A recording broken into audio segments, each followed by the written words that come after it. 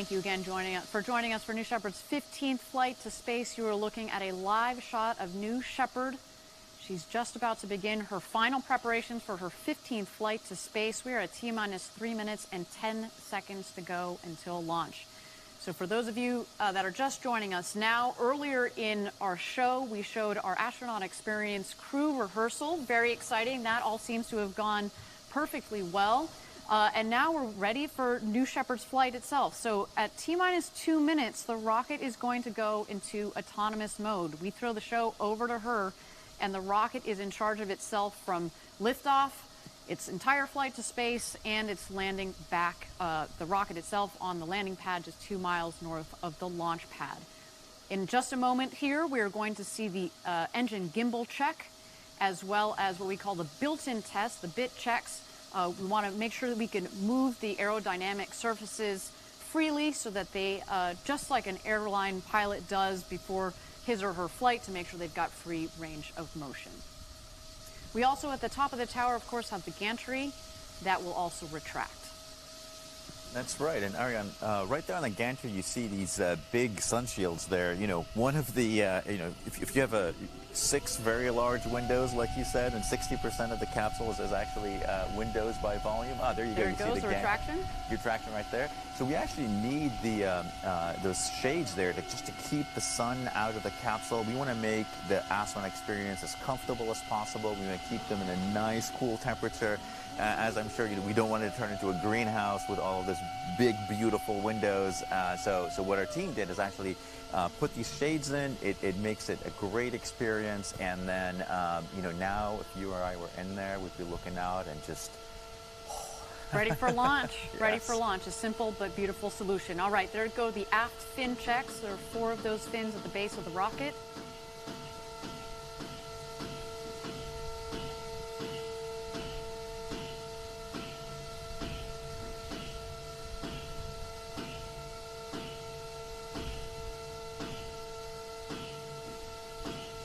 An eye out here. You see the nozzle peeking out of the base of the rocket there. There goes the gimbal check.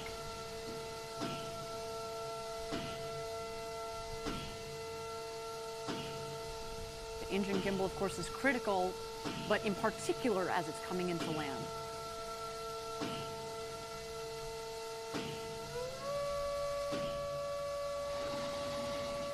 And Patrick, that takes us to launch for a T-minus 30 seconds. Why don't we hand it over to Mission Control for New Shepard's 15th flight to space? It's going to be worth the wait, man. Godspeed, New Shepard.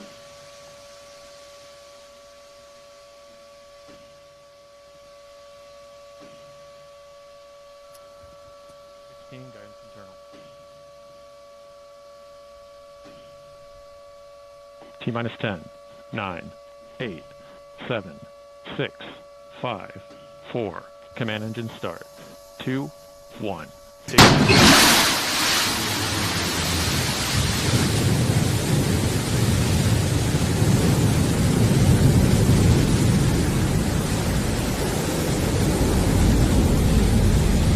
And we have liftoff. Go, New Shepard, go.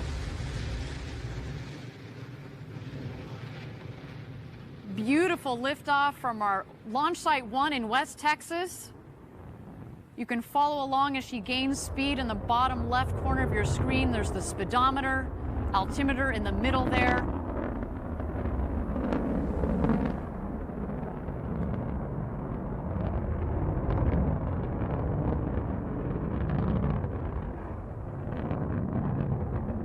First milestone on her trip to space, max Q. That's when the dynamic pressure on the vehicle is at its maximum, the toughest point in flight for the vehicle.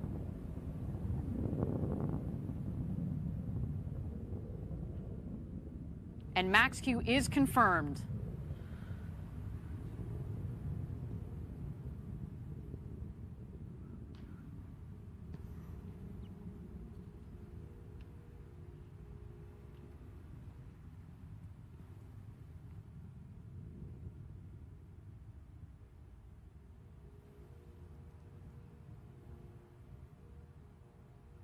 All right, right about this time in your flight, on ascent, you're going to max at about 3 Gs.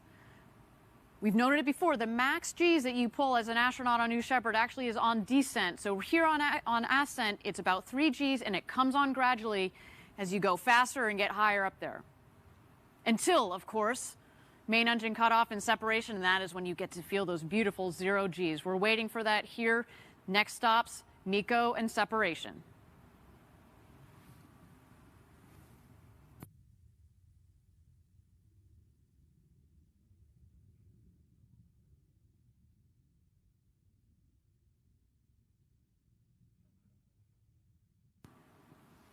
Coming up here on MECO, main engine cutoff. So far, a clean burn from our BE-3 engine.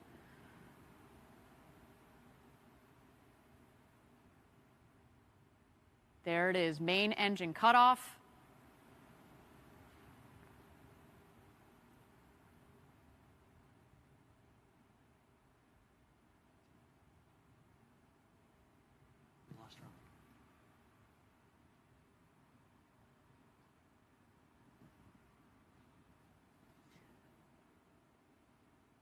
All right, appears we have lost the link to the J layer. So far, though, everything appears to be nominal. So far, what we have seen, a clean liftoff. We did have max Q, maximum dynamic pressure. Mm-hmm. That is essentially for the rocket the hardest point in the flight. And then we had main engine cutoff. And now, as you can see, separation. Here we've got our infrared camera, especially on the left side. As you've seen earlier in the show, it is a little hazy down there in Texas, so we are going to rely on multiple cameras here as the vehicle continues its ascent towards space. We have passed over just about here the Kármán line. There it is, 100 kilometers, or about 328,000 feet. If you were inside there, Patrick, you will have become an astronaut. And we're just waiting for the 2 craft to hit their apogee. You'll know they've hit apogee when the speed hits 0 in the bottom left corner of your screen.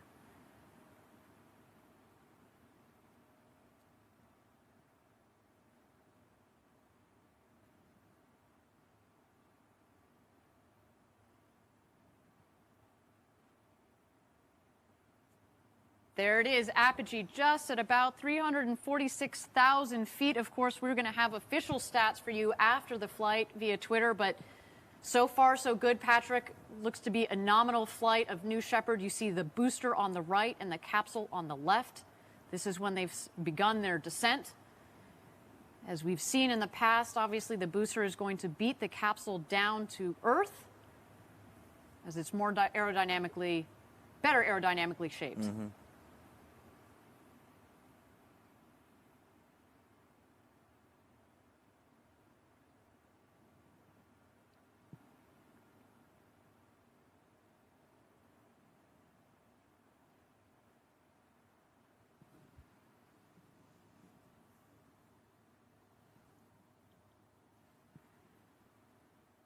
And thank you again, everybody, for joining us live for New Shepard's 15th flight to space. We are 5 minutes into what appears to be so far a nominal flight for New Shepard. We, of course, preceded the launch by what appears to be a perfectly executed astronaut experience rehearsal. While there are no astronauts on board today, that was a critical step towards our march towards first human flight.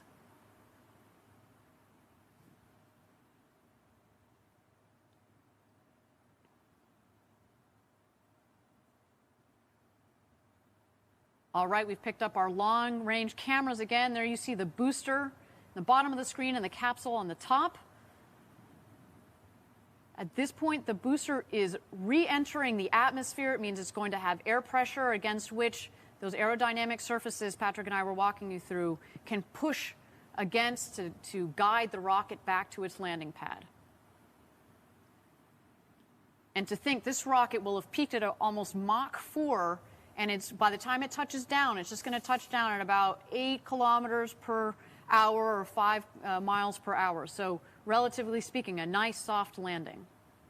Critical, as we talked about reusability, the softer the landing, the quicker you can turn it around, right? You're not jostling the rocket, you're not jostling the hardware. You want to be able to flip it around nice and quickly. So there you see the aft fins. We also call them the pie fins because they're shaped like pie wedges.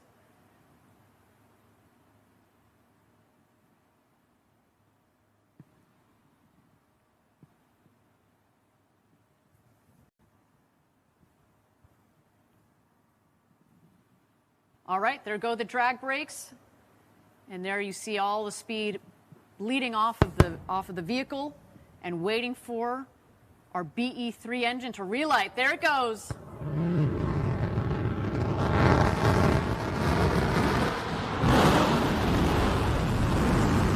Landing gear deployed. Oh, look at that smooth landing.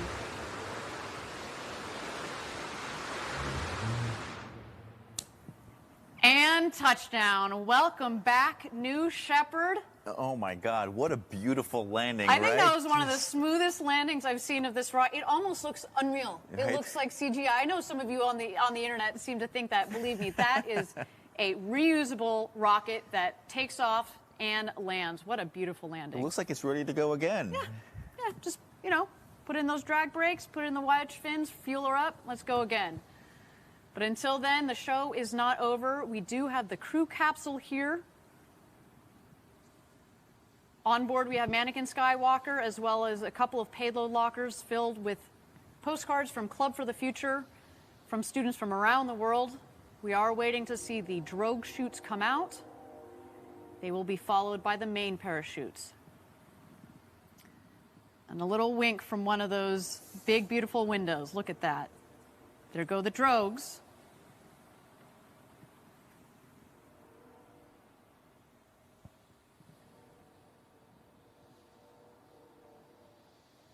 And here come the mains. All 3 parachutes are out. We're looking for full inflation, and there they go. I love that.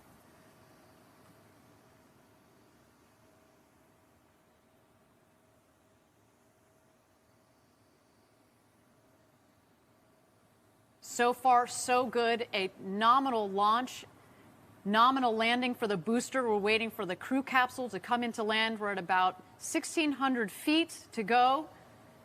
And a nice smooth descent at about 16 or so miles per hour. Just at about 25 or so kilometers per hour. That is a nice smooth descent. There's the valley of our West Texas launch site. Launch Site 1, as we call it.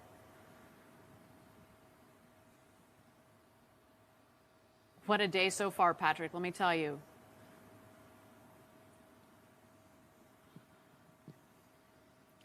Now, at 800 feet to go here, we should remind everybody that we do have the retro thrust system that kicks on just in the last moment. Basically, it just creates a nice air cushion for the capsule so that if you, next time, hopefully, when you and I are up in that capsule one day, we are going to be getting a nice air cushion underneath the capsule.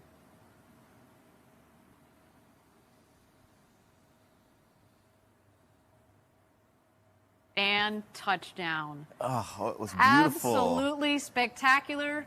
Patrick, I told you it was going to be worth the wait. Look at that. Definitely.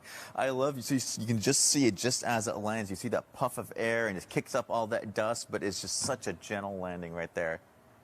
A beautiful launch and landing for both the crew capsule and the booster. Team Blue, congratulations to all of you. What a day. You should be so proud.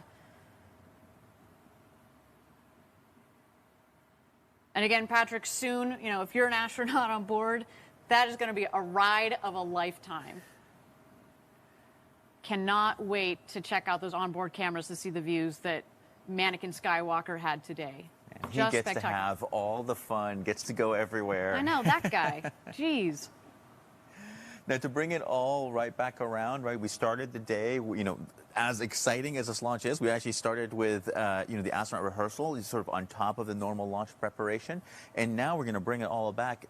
Those same stand-in astronauts are going to go back out to the capsule. Once we open the hatch, they're actually going to get in, and we're going to practice and rehearse, essentially getting the astronauts out safely, getting them back into the van, have them reunite with their loved ones, and that's when they would go off and celebrate this sort of incredible experience they would have just had. So, you know, I can tell you that when we've done this in rehearsals and the people have just been sitting out there when this has just happened, you know, they just get emotional. Even just sitting in at the very end, they get emotional. I can only imagine what it'd be like to actually fly and get land and have that happen. We see it time and time again. You saw a little bit. Obviously, we didn't have the audio from the safety shelter earlier today, but you know, seeing the reactions of our stand-in astronauts from having done the rehearsal, they get super, you know, psyched and worked up, as they should, right? And then same thing, as you just mentioned, when they come out of the capsule, it is, you know, we put them in, but then they come out again, and it's just this elation. And to think, you know, next time, you know, it's coming up soon, when we start, you know, putting people in that capsule, you compound it with a launch to space and back. Ugh. With a boat full of adrenaline, you better believe they are going to be absolutely psyched and ready to celebrate. Absolutely. Well, so the recovery process is underway. It goes like this. So since the capsule has landed, we do have the recovery team, which includes a couple of lead vehicles, safety vehicles, and of course our crew member 7. They are quickly traveling out to the landing site. Now, this team's job, if there are astronauts on board, is to ensure that the astronauts safely exit the capsule. The astronaut families, as Patrick mentioned, in parallel are on their way, would be on their way to come welcome our astronauts. Now, once the astronauts would step out of the capsule, newly minted an astronaut, as we mentioned, it is time to celebrate. Now, simultaneously, we also have another team that is heading out to the booster to safe the vehicle and get it back to the barn. I mean, we joked about the quick turnaround. Obviously, we're not flying again today, but it's the keeping the costs of space flight down. You have to work on the operations, get those tight, get them quick to be able to reuse the vehicle as much and as quickly as possible. Absolutely. That asset turnaround is absolutely key there. And again, the point of today's flight was to mimic the astronaut experience profile under real launch conditions, right? Astronaut loading is complex, launch is complex, doing them both together is super complex, and doing them well, and you saw that happen today, is going to be a huge step forward. Patrick, what a great day. Actually, while we've got a moment, why don't we check out some of the highlights from today's launch and landing. So we had New Shepard on the pad there, a nice ignition.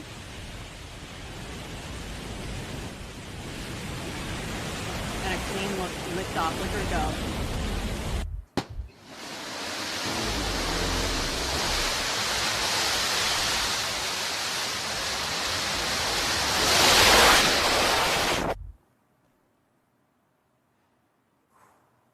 That rumble, you can see it in the cameras, and when you're down there in Texas, the whole valley feels like it's shaking when that 110,000 pounds of thrust is lit underneath the engine.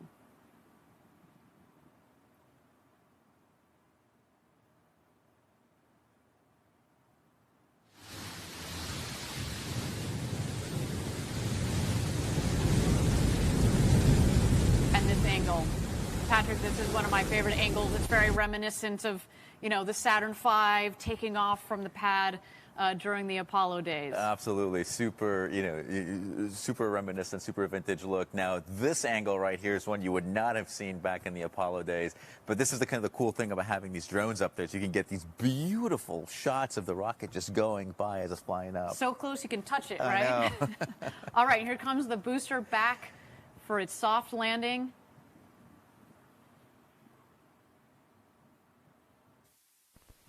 Again, Patrick, I think this is one of the smoothest, most controlled landings I've seen from this rocket. It makes it look easy. It's like it's just dangling from a string.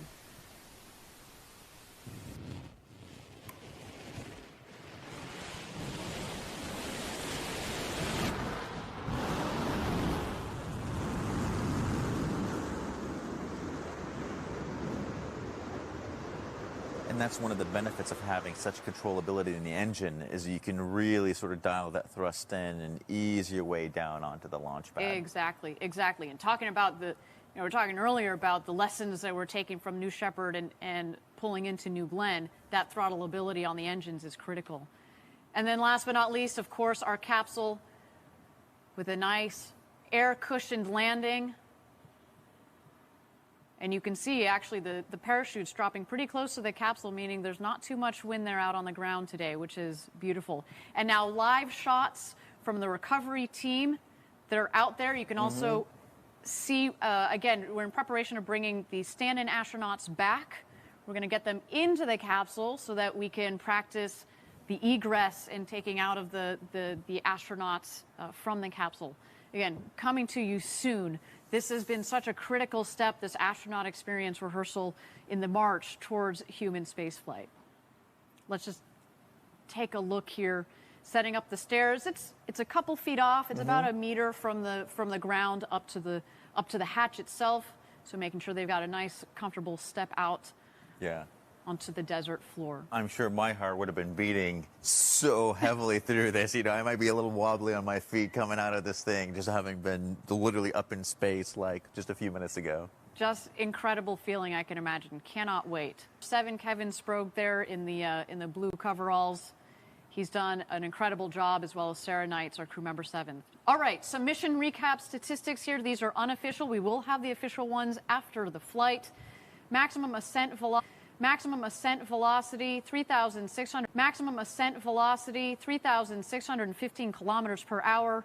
Crew capsule apogee, its highest point in flight, 106,021 meters. Mission start time 11:51 a.m. Central Daylight Time, and mission elapsed time 10 minutes and 27 seconds. Just an incredible day. Very cool, very cool. And to commemorate today's launch, you can definitely